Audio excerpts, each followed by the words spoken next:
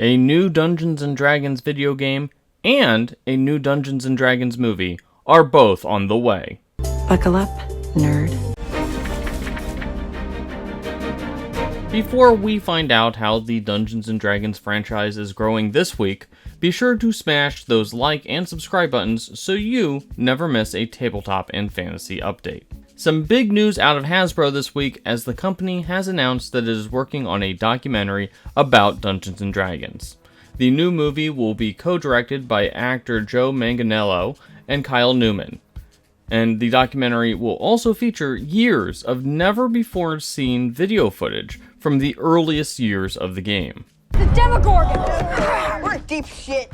The documentary will be released in 2024, just in time for Dungeons & Dragons' 50th anniversary.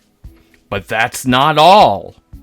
Hasbro has also announced that their new Invoke Studio is working on a AAA Dungeons & Dragons video game, which will be made using the Unreal Engine 5.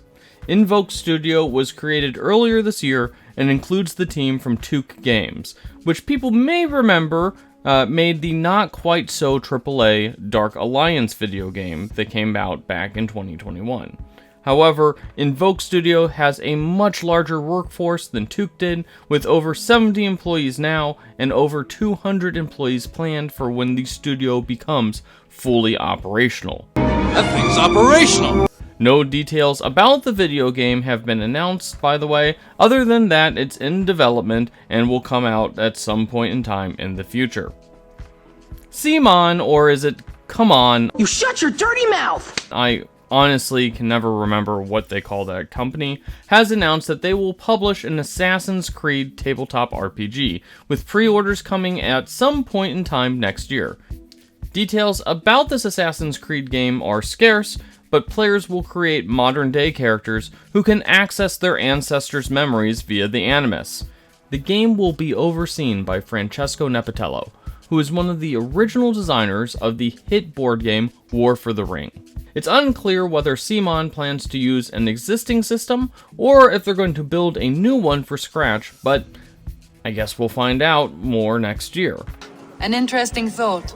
Now, CMON quietly purchased a tabletop role-playing game publishing company about a year ago, but up to this point they've only really used it to publish a Zombicide TTRPG.